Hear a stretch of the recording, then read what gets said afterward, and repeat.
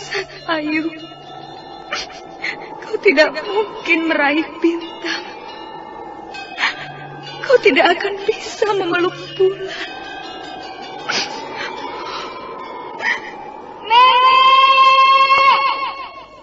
Nenek Raga Runting! Ayu!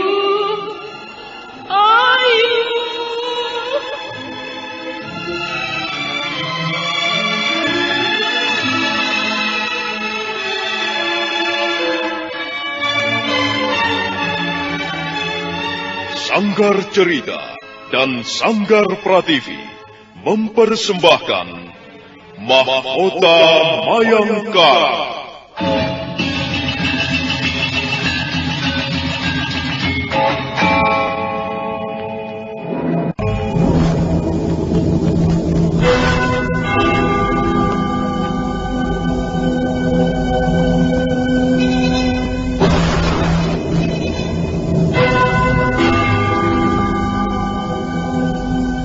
Cerita ini lanjutan dari Tutur Tinular. Kisah berlangsung pada zaman pemerintahan Prabu Jayanegara atau Kala Gemet, Raja Majapahit yang kedua.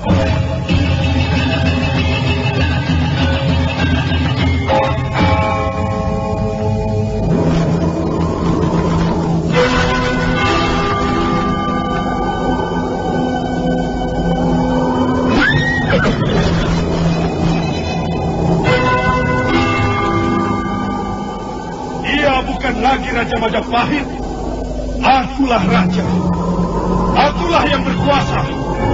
Ayo, obrak-abrik desa Ganding, angkap Jayanegara, angkap Jayanegara.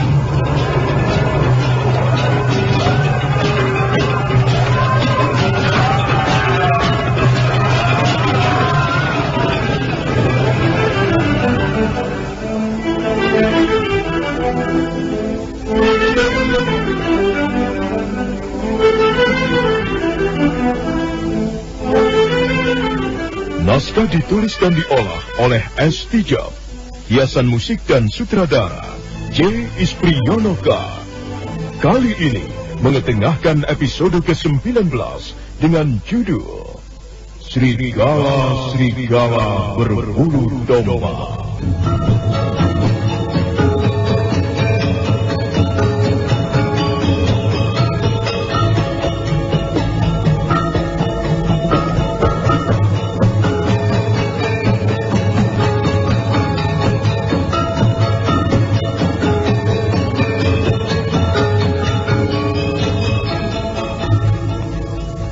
Seri ke-549 ini didukung oleh para pemain Chris Urspon sebagai Rakuti, Rusli sebagai Rasemi, Edi Dosa sebagai Jayanegara, Idris Apandi sebagai Ramapati, Endang sebagai Mahadewi, Novia sebagai Gayatri, Indrawati sebagai Indraswari, dan Asdi Suhastra, pembawa cerita. Selamat menikmati.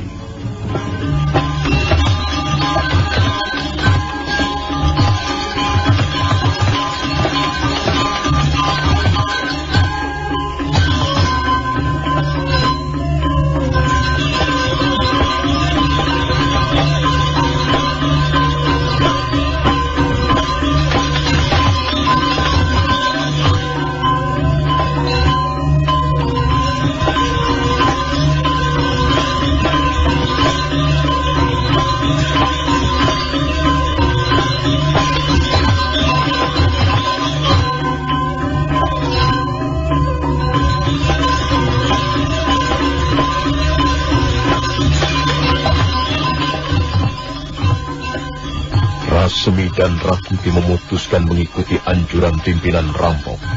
Untuk sementara mereka bersembunyi di suatu tempat, bekas sarang kawanan perampok. Malam itu, Rasemi dan Rakuti bicara soal kawanan rampok yang sudah disulap menjadi prajurit-prajurit Majapahit. Rasemi, apa kita bisa mempercayai orang-orang itu? Mereka juga manusia. Kalau kita bersikap baik, mereka pasti akan bersedia membantu kita dengan tulus hati, Rakuti. Dan kita tidak perlu melatih orang-orang bermain pedang. Kita tidak perlu memompakan semangat ataupun keberanian. Sebab bekas-bekas rampok itu sudah memilikinya. Ya, akalmu banyak juga, Rasmi. Ya, kita harus pandai memanfaatkan keadaan ataupun kemampuan orang, Rakuti. Kau licik juga. Dalam keadaan terjepit, dalam keadaan genting, akal kita harus mampu berbicara. Bukan hanya tenaga ataupun kemampuan berkelahi. Tapi akal akan menjadi sangat berperan untuk mempertahankan diri. Kelicikan harus dibalas dengan kelicikan. Bukan hanya Ramapati yang bisa berlaku curang. Kita pun mampu. Kali ini, aku yakin rencana Ramapati tidak akan berhasil mulus. Dia boleh gigit jari nanti. Iya. Lalu bagaimana dengan Brahmana Ratu Kuning? Sudah lama juga kita tidak pergi ke pusat pendidikan calon tanda. Apa dia perlu tahu rencana kita ini? Dan apa yang telah kita lakukan ini? Kukira tidak perlu, Rakuti. Aku hanya membutuhkan Brahmana Ratu Kuning untuk menjadi saksi. Saksi apa? Kita perlu saksi, Rakuti. Saksi dari orang-orang yang berpengaruh. Merekalah nanti yang akan memojokkan Ramapati sehingga tidak berkutik lagi.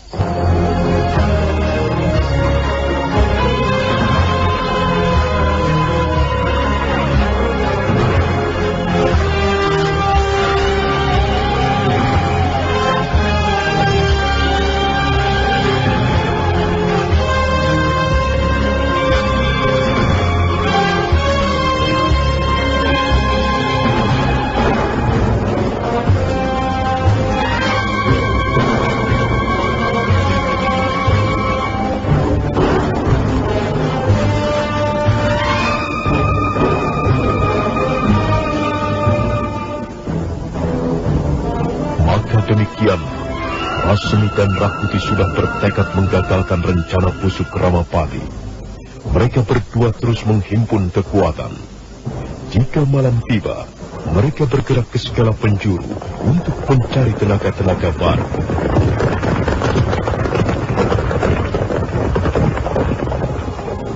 Mereka terus bergerak bagaikan pasukan hantu. Mereka mengejar perampok-perampok jalanan tanpa ampun.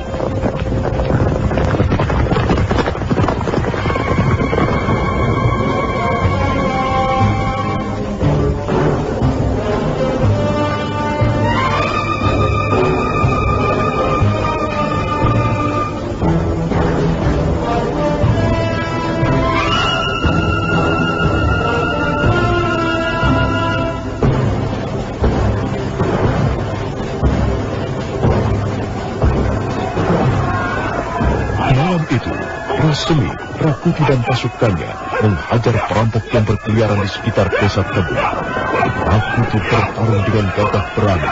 Tombak Padmayani menyambar ke sana kemari, dan kawanan perampok banyak yang tumbang menjadi korban.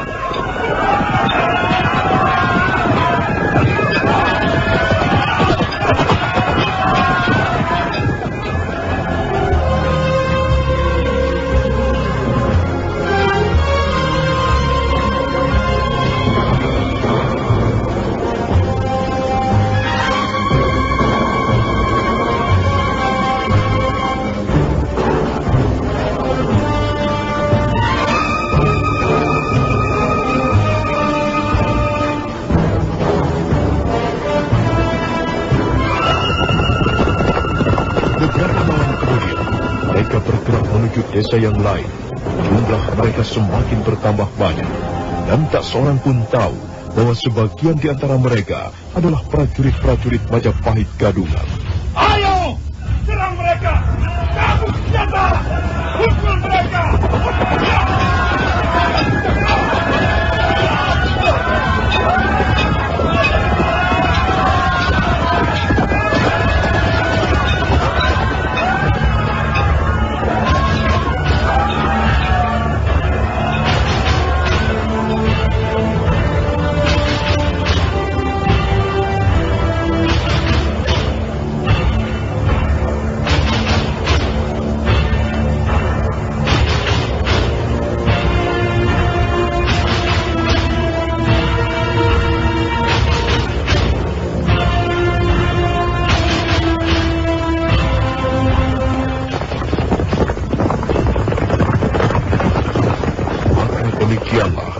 Rasemi dan Rakuti bekerja keras siang malam mengumpulkan orang-orang.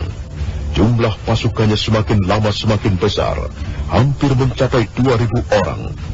Jika malam mereka bergerak, dan pada siang hari mereka bersembunyi.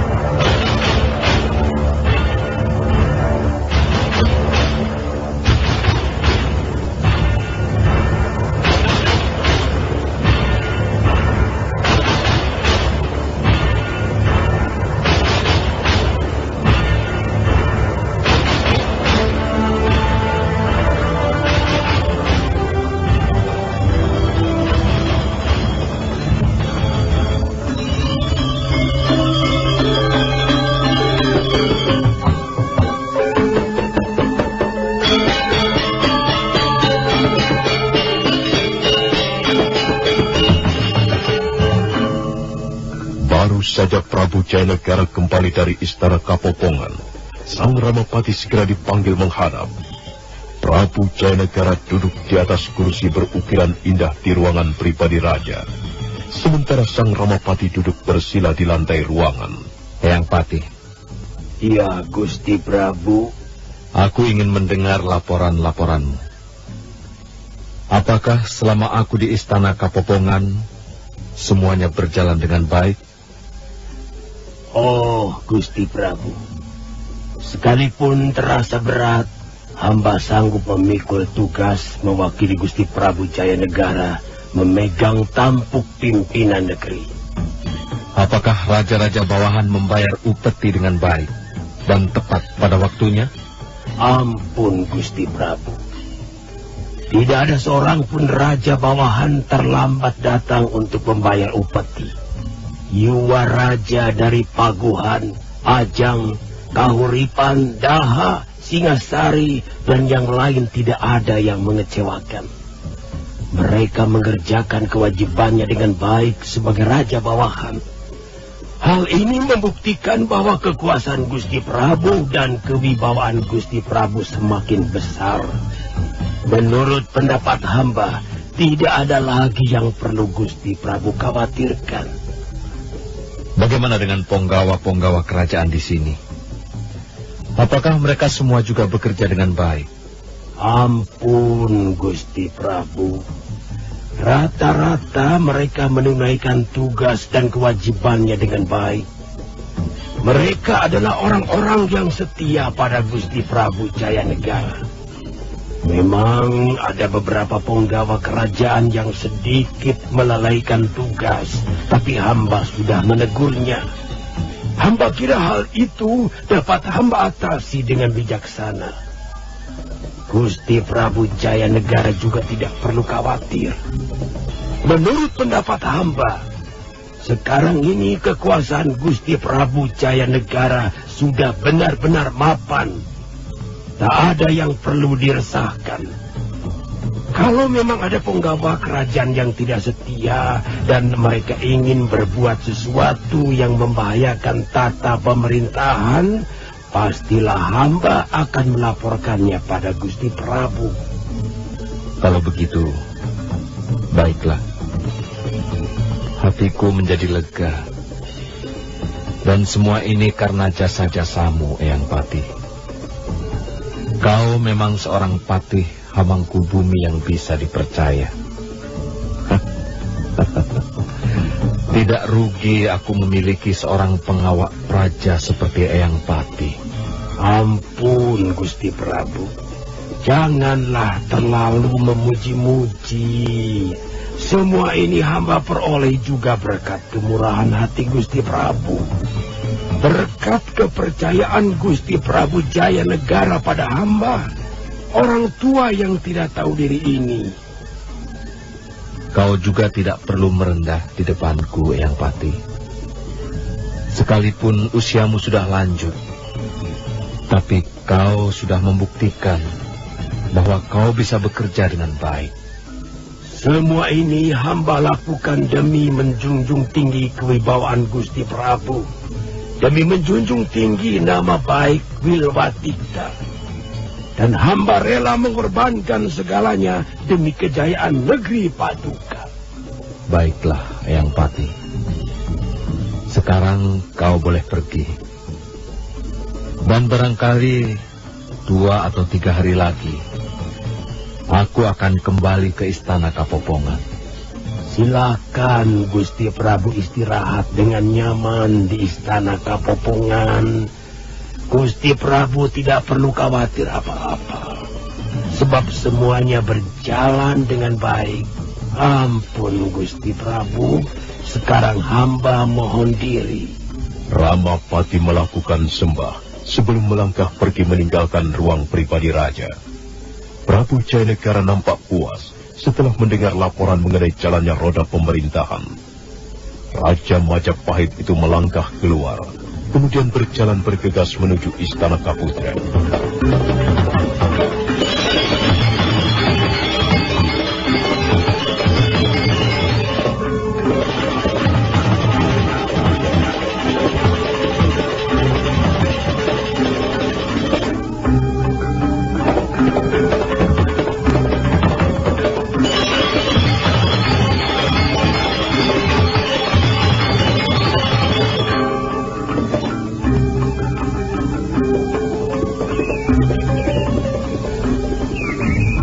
Ibu sudah menunggu di ruangan pendopo Istana Kaputren.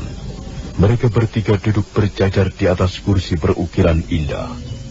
Mereka adalah Ibu Mahadewi, Ibu Diah Dewi Gayatri, dan Ibu kandung Prabu Jayanegara sendiri, Ibu Indreswari.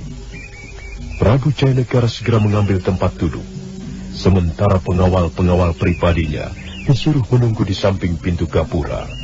Hamba menghaturkan sembah bakti di hadapan para ibu. Sudah lama sekali kau tidak mengunjungi Istana Kaputren, Jayanegara.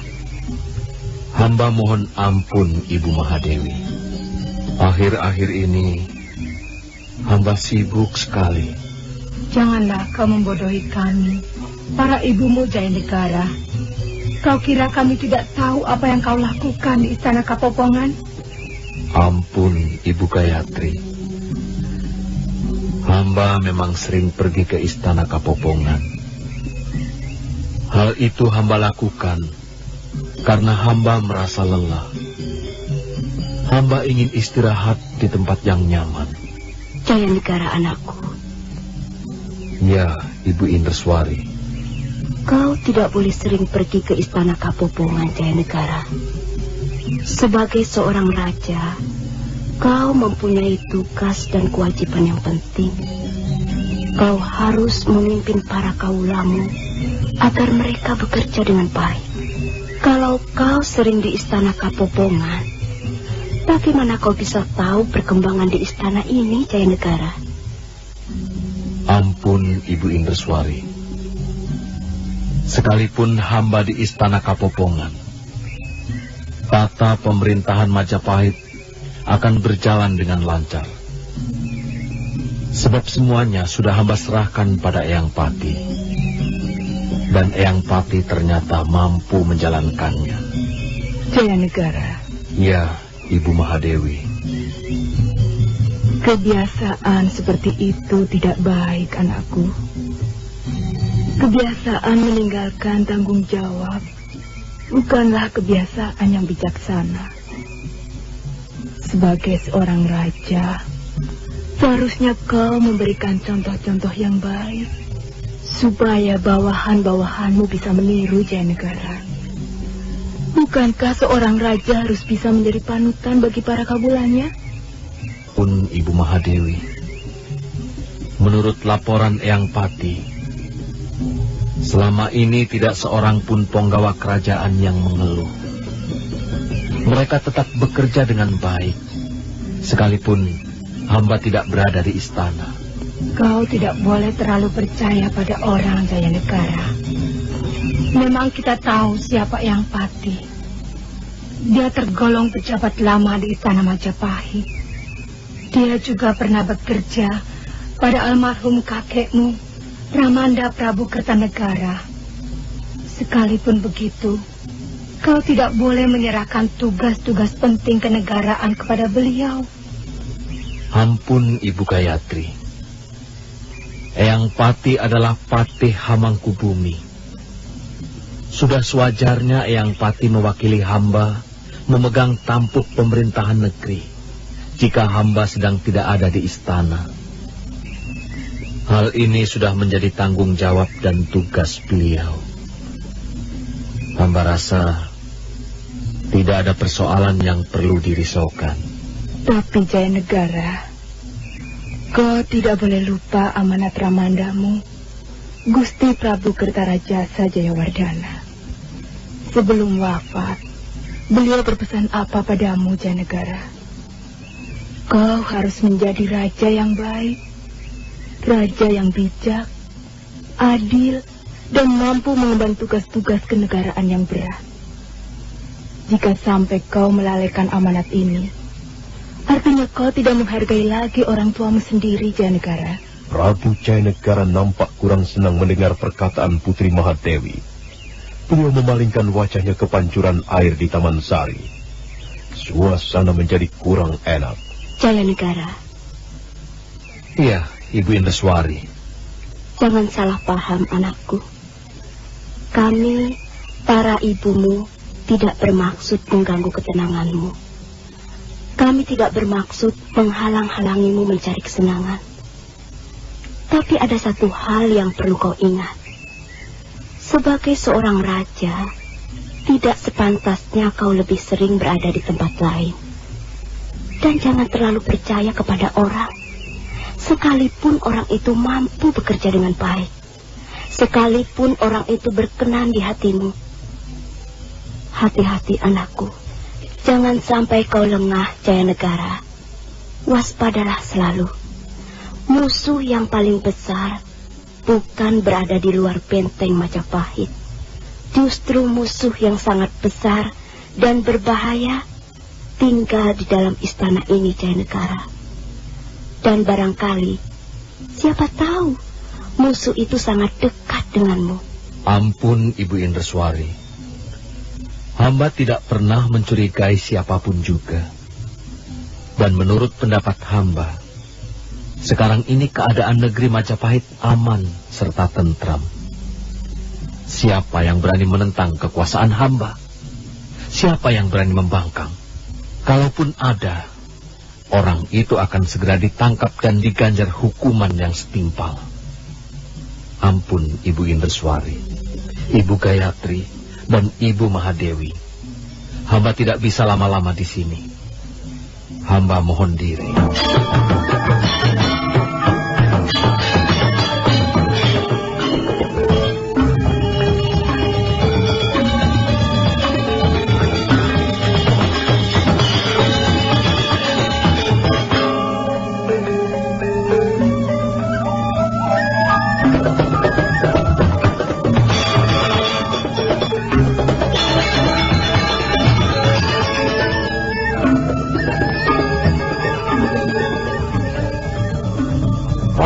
Nampak kecewa melihat sikap Prabu Jayanegara. Prabu Jayanegara sendiri nampak tidak peduli lagi. Raja Majapahit itu bergegas melangkah menuju pintu gapura Istana Kaputren. 4 orang pengawal pribadi segera mengiringkan beliau.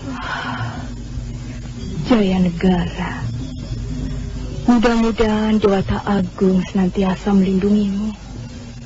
Aku sering khawatir, Yunda Mahadewi. Mengapa Jayanegara begitu percaya pada Eyang Pati? Oh, Jayanegara.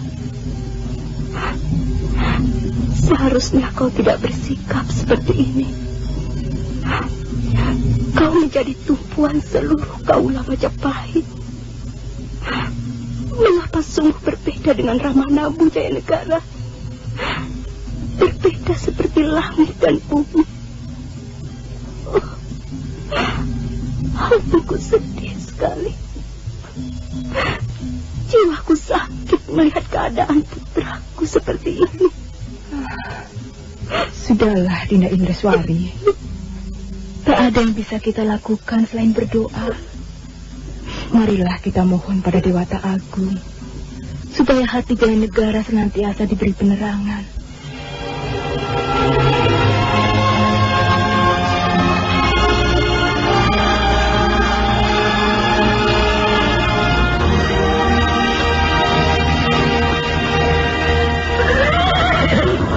Di pagi yang cerah itu, Prabu Jayanegara sudah bersiap-siap kembali ke istana Kapopongan. Sang Ramapati mengantarkan sampai ke pintu gerbang samping. Pembesar kerajaan itu membungkuk hormat di depan kereta Prabu Jayanegara yang sudah siap berangkat. Aku pergi tidak lama, Eyang Pati. Barangkali 7 hari lagi aku sudah kembali ke istana Majapahit. Selama aku tidak ada, jalankan tugasmu seperti biasa. Ampun, Gusti Prabu. Hamba akan menjalankan segala titah Gusti Prabu Jayanegara. Istirahatlah Gusti Prabu dengan nyaman di istana Kapopongan. Prabu Jayanegara melampaikan tangannya. Kusir kereta menarik tali kekang kuda, dan perlahan-lahan kereta Prabu Jayanegara bergerak-gerak meninggalkan pintu gapura.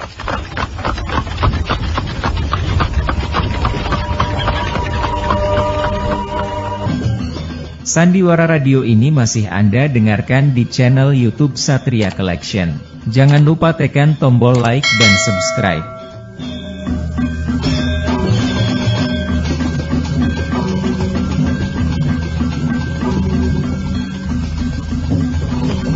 Di pagi yang cerah itu, Prabu Jayanegara sudah bersiap-siap pergi ke istana Kapopongan.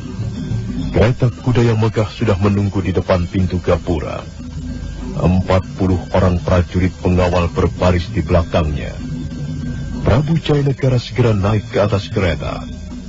Sang Ramapati membungkuk dengan hormat. Eyang Pati. Ya, Gusti Prabu. Selama aku tidak ada di istana, kerjakan tugasmu seperti biasa. Aku percaya penuh padamu. Aku tidak akan lama di istana Kapopongan. Barangkali aku akan kembali ke istana Majapahit setelah 7 hari. Ampun, Gusti Prabu. Silakan istirahat dengan nyaman di istana Kapopongan. Gusti Prabu tidak perlu khawatir. Hamba akan berusaha dengan sekuat tenaga untuk mengerjakan tugas sebaik-baiknya. Prabu Jayanegara melampaikan tangannya. Kusir kereta menarik tali kekang kuda, dan kereta Prabu Jayanegara bergerak-gerak meninggalkan pintu gapura samping.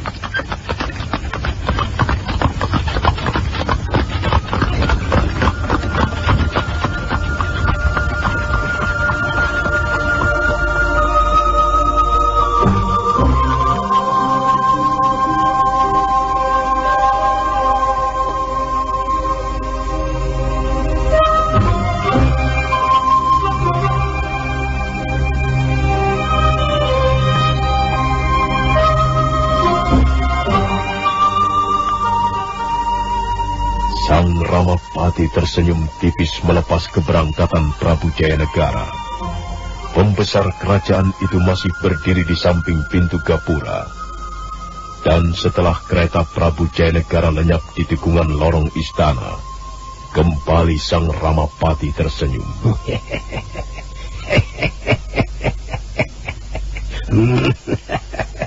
Sekarang aku harus mengumpulkan anak-anak.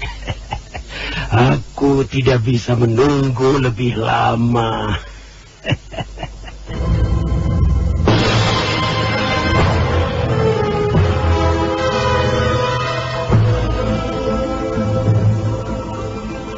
Rawadeng, Rayuyu, Rabanyak, Rapangsa, dan Koratanca.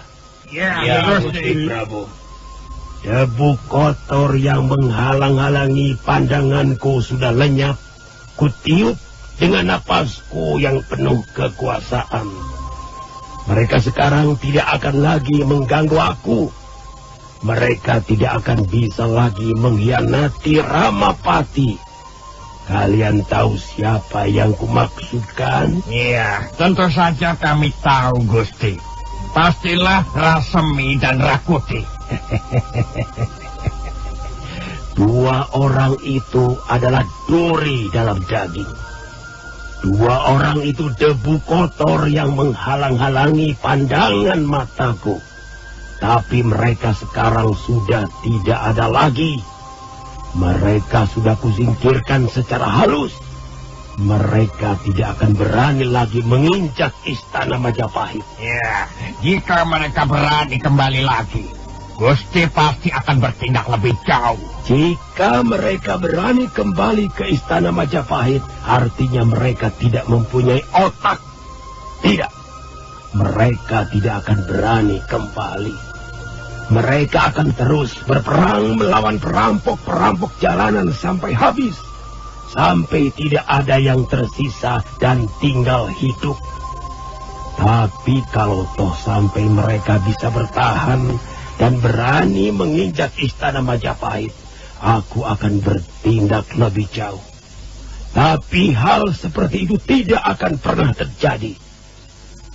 Di samping Rasemi dan Rakuti, aku juga sudah mencatat nama orang-orang yang kuanggap perlu dicurigai. Dan mereka semuanya harus diawasi dengan seksama. Sebab, kalau rencanaku ini nanti sudah menggelinding, siapapun yang dicurigai harus dibabat habis. Aku tidak ingin menghadapi kegagalan. Kita harus menyikat siapa saja yang kita anggap membahayakan rencana kita. Jelas? Jelas, Gusti. Syukur. Dengar baik-baik. Nama orang-orang itu perlu kusebut di sini. Barangkali kalian juga sudah tahu sebagian di antara mereka. Dengar baik-baik. Yang perlu diawasi dengan ketat ialah Rekrian Kanuruhan Pu Iwar. Dia perlu diawasi karena sepertinya dia tidak mau dan tidak sepaham denganku. Yang kedua, Rekrian Kanuruhan Mapanji Elam. Orang ini tidak terlalu berbahaya, tapi perlu diawasi. Yang ketiga, Rekrian Rangga Empu Pamatang. Yang keempat, Rekrian Rangga Empu Sidiwangsa. Yang kelima, Rekrian Demung Empu Wahana. Yang keenam, Rekrian Demung Empu Pakuwuhan. Yang ketujuh, Rekrian Tumenggung Empu Pamor. Dan yang kedelapan, Rekrian Tumenggung Empu Menur. Orang-orang ini semua perlu diawasi. Dan tugas untuk mengawasi mereka kulimpahkan pada kalian berdua, Prabanyak dan Prabangsa. Hamba siap menjalankan tugas, Gusti. Ampun, Gusti. Bagaimana dengan Arya Tadah? Apakah orang itu juga tidak perlu diawasi? Sepertinya dia juga tidak sepaham dengan Gusti Ramapati. Arya Tadah sudah lanjut usia. Dia memang mempunyai hubungan yang akrab dengan Gusti Prabu Jayanegara. Tapi sepertinya dia sudah kurang bernafsu mengikuti seluk-beluk permainan seperti ini. Arya Tadah perlu diawasi juga, tapi tidak usah terlalu ketat, tidak usah. Ampun, Gusti. Berapa lama kira-kira Gusti Prabu Jayanegara tinggal di istana Kapopongan, Gusti? Beliau mengatakan sendiri padaku akan tinggal di istana Kapopongan selama 7 hari. Nah, sekarang kita harus bekerja dengan penuh semangat. Jangan sampai gagal dan jangan sampai lengah ya. Apa yang kita rencanakan harus menemui sasaran yang tepat. Rabadeng dan Kaurayuyu. Iya, Gusti. Kalian kutugaskan mengumpulkan 300 orang prajurit Majapahit yang tangguh, yang masih muda dan berbadan kekar. Kalian tidak perlu bercerita apa-apa kepada mereka. Mereka memang tidak perlu tahu apa-apa. Mengerti? Mengerti, Gusti. Selanjutnya, apa yang harus kami lakukan, Gusti? Selanjutnya kalian mengumpulkan 2.000 orang prajurit Majapahit. Jadi pasukan nanti akan dibagi menjadi 2 bagian. 300 orang prajurit akan berpakaian perampok. Mereka akan datang dan menyerbu istana Kapopongan dengan sasaran Prabu Jayanegara. Setelah Prabu Jayanegara tewas, 2.000 orang prajurit Majapahit akan datang. Biar saja mereka bertarung. 300 orang prajurit yang menyamar sebagai perampok harus ditumpas sampai habis. Ini hanyalah permainan sandiwaraku. Kalian tidak perlu heran. Sesama prajurit Majapahit akan kuadu domba. Mereka akan saling berbunuhan. Tapi sasaran paling utama adalah Prabu Jayanegara sendiri. Jangan sampai Prabu Jayanegara selamat. Dan setelah 300 prajurit tewas, kalian segera kembali ke istana Majapahit. Istana pasti akan geger. Suasana akan tidak menentu. Dan pada saat itulah aku akan tampil untuk mengatur semuanya agar suasana kembali tenang. Waduh, hebat juga rencana Gusti Ramapati. Jadi 300 orang prajurit itu menyamar sebagai perampok. Dan mereka ditugaskan menyerbu istana Kapopongan. Kemudian membinasakan Gusti Prabu Jayanegara. Dan selanjutnya, 2.000 orang prajurit Majapahit akan pura-pura menyelamatkan Gusti Prabu Jayanegara. Benar, Gusti, benar. Rencana Gusti benar-benar hebat. Hamba tidak pernah berpikir sampai demikian, Gusti. Oh iya, soal-soal seperti ini sudah menjadi bagianku. Soal otak-atik, soal bersiasat dan mengadu domba adalah bagian Ramapati. Dan selama ini aku tidak pernah gagal. Kalian tahu sendiri. Mulai dari Ranggalawe, Kebo Anabrang, Lembu Sora, Gajah Biru, Hekrian Demung Bira, dan terakhir Pati Nambi yang malang. Mereka semuanya gugur karena tidak tahan menghadapi siasatmu. Dan kali ini aku pun akan berhasil. Jika Gusti Prabu Jayanegara tewas, akulah yang akan tampil sebagai pimpinan tunggal. Aku tidak perlu lagi menjadi wakil. Jabatan Patih Hamangkubumi akan kutinggalkan. Dan tahta Majapahit akan menjadi milikku untuk selama-lamanya. Ampun, Gusti Ramapati. Kalau boleh kami tahu, kapan rencana Gusti Ramapati menyerang istana Kapopongan? Aku sudah memperhitungkannya dengan cermat. Aku sudah memilih hari itu. Dengar baik-baik. Hari Hanggara. Pagi-pagi sekali kalian sudah harus bersiap-siap. Dan sebelum tengah malam hari Hanggara, 300 prajurit Majapahit yang menyamar sebagai perampok harus sudah diberangkatkan ke istana Kapopongan. Kalau ada yang masih belum jelas, kalian boleh menanyakannya. Ratanja, mengapa kau diam saja? Kau tidak perlu ikut-ikutan perang. Kau cukup tinggal di istana dan membantu Rabanyak serta Rabangsa mengawasi orang-orang yang tadi kusebut namanya. Iya, Gusti Ramapati. Hamba pun siap menjalankan tugas. Bagus sekali. Aku senang. Pertemuan kita tutup sampai di sini dulu. Dan marilah kita bekerja dengan cermat dan penuh semangat. Sebab kalau sampai rencana ini berhasil, bukan hanya aku yang akan menikmatinya, tapi kalian berlima akan ikut menikmatinya.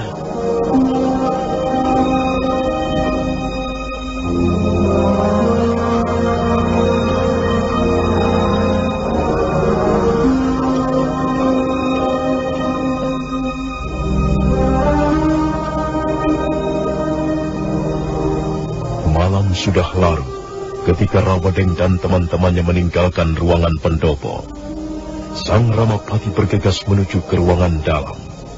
Dan sebentar kemudian, pembesar kerajaan Majapahit itu sudah terlelap dalam mimpi. Barangkali mimpi tentang singgasana Majapahit yang sudah berhasil didudukinya. Pada saat itulah, sebuah bayangan mengendap masuk. Bayangan sosok tubuh seorang wanita. Kakang. Kakang Ramapati. Kau Nyai, ada apa ini? Maaf kalau aku mengganggu tidurmu, Kakang. Memang kau telah mengganggu tidurku. Ada apa, Nyai? Tidak biasanya kau berani membangunkan aku. Aku takut tidur sendirian, Kakang. Baru saja aku bermimpi buruk. Justru aku baru saja bermimpi indah sekali. Aku melihat singgasana Majapahit gemerlapan. Dan aku duduk di sana. Aku pun ikut gemerlapan. Aku melihat raja-raja bawahan duduk bersila terhampar di depanku. Tapi sayang sekali, kenikmatan itu baru bisa aku rasakan dalam mimpi. Kau mimpi apa, Nyai? Wajahmu sampai pucat begitu. Aneh sekali mimpiku itu. Aku melihat desa kelahiranku dilanda banjir yang besar. Banjir itu datang mendadak tanpa hujan sebelumnya. Dan aku melihat kau berlari-lari kebingungan, Kakang. Dan akhirnya kau terpeleset, tenggelam di telan banjir. Aku berteriak-teriak minta tolong. Dan aku berusaha menolongmu, menggapai tanganmu. Tapi ya, akhirnya aku pun ikut tenggelam. Kita tenggelam bersama-sama, Kakang. Sudahlah, jangan percaya pada mimpi-mimpi. Tapi, Kakang, bukankah kau percaya sekali pada firasat mimpi? Mimpi memang ada kalanya membawa firasat bagi manusia, Nyai. Tapi kukira mimpimu itu tidak ada artinya. Jangan-jangan mimpiku tadi merupakan lambang kejatuhan kita, Kakang Ramapati. Tidak, Nyai. Tidak mungkin. Mengapa kita harus jatuh? Mungkin karena kau sudah berada di tempat paling tinggi. Kau jangan coba-coba meramal nasibku. Aku memang sudah berada di tempat yang paling tinggi. Apalagi sebentar nanti kalau rencanaku berhasil. Aku akan duduk di atas singgasana Majapahit dan memerintah negeri ini menurut seleraku. Aku akan menjadi orang yang paling berkuasa. Dan itu sesuai dengan mimpiku tadi. Mimpi yang indah. Sudahlah, kau tidak perlu takut. Kita tidak akan pernah jatuh. Karena kita mempunyai pegangan yang meyakinkan. Tapi Kakang Ramapati, aku tidak bisa membohongi hati kecilku. Sesungguhnya aku merasa takut. Hatiku cemas setiap kali memikirkan rencanamu. Nyai, selama ini kau sudah mendampingi hidupku baik dalam keadaan susah ataupun senang. Dalam keadaan sulit ataupun serba mudah. Kau sudah membuktikan sebagai istri yang setia. Kau tidak pernah menggangguku. Kau tidak pernah meragukan kemampuanku. Tapi sekarang mengapa tiba-tiba kau menyelinap ke tempat tidurku dan membuat hatiku berdebar-debar? Oh, Kakang Ramapati. Aku tidak bermaksud mengganggu ketenanganmu. Aku hanya ingin menyampaikan sesuatu yang barangkali tidak kau senangi. Apa itu? Kakang Ramapati, aku minta maaf sebelumnya. Tapi seandainya bisa, urungkan saja niatmu itu, mumpung belum terlambat. Jangan melangkah terlampau jauh, Kakang. Jangan melompat terlampau tinggi. Nyai, aku tidak senang mendengar kata-katamu. Kau bukannya menambah semangatku, tapi malah menggerogoti keyakinanku. Tidak, Nyai. Bagaimanapun juga rencanaku akan terus berjalan. Kau tidak perlu ikut campur lagi. Aku tidak senang diganggu seperti ini. Sudah. Kalau kau takut tidur di ruangan bilikmu, tidur di sini saja. Tapi jangan lagi bermimpi buruk. Mimpilah yang indah-indah. Kakang Ramapati, entah mengapa, sepertinya aku tidak bisa melupakan mimpiku itu.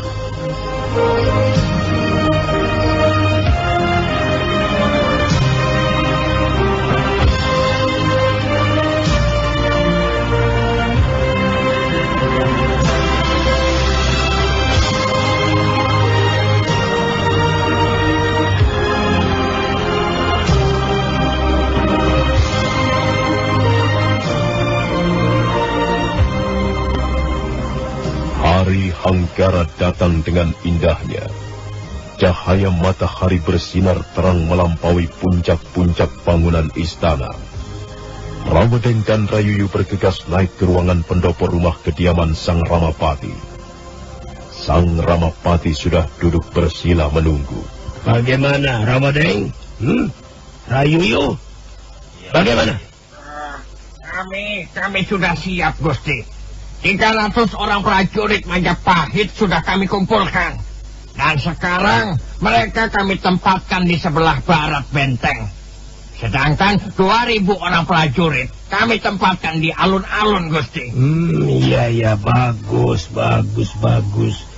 Atur sedemikian rupa sehingga tidak seorang pun penggawa kerajaan curiga. Dan nanti sebelum tengah malam, kalian harus bertindak dengan cepat dan tepat. Ingat, sasaranmu yang paling utama ialah Prabu Jaya Negara. Dan kau Ramadeng, kau bersama 300 orang prajurit akan berangkat setelah matahari tenggelam.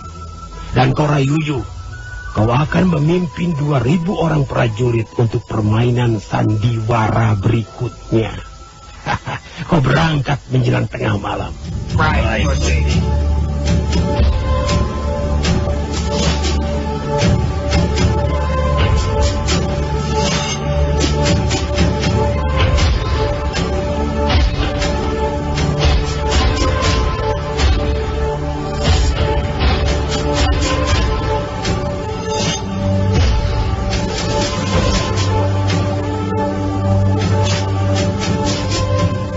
Ramadeng dan Rayuyu masih duduk di ruangan pendopo bersama Sang Ramapati. Pada saat itulah muncul Ratanja, Prabanak dan Rapangsa. Mereka bertiga bergegas menghampiri junjungan. Nah, saudara pendengar, bagaimanakah kisah selanjutnya? Silakan mengikuti seri berikutnya. Sampai jumpa.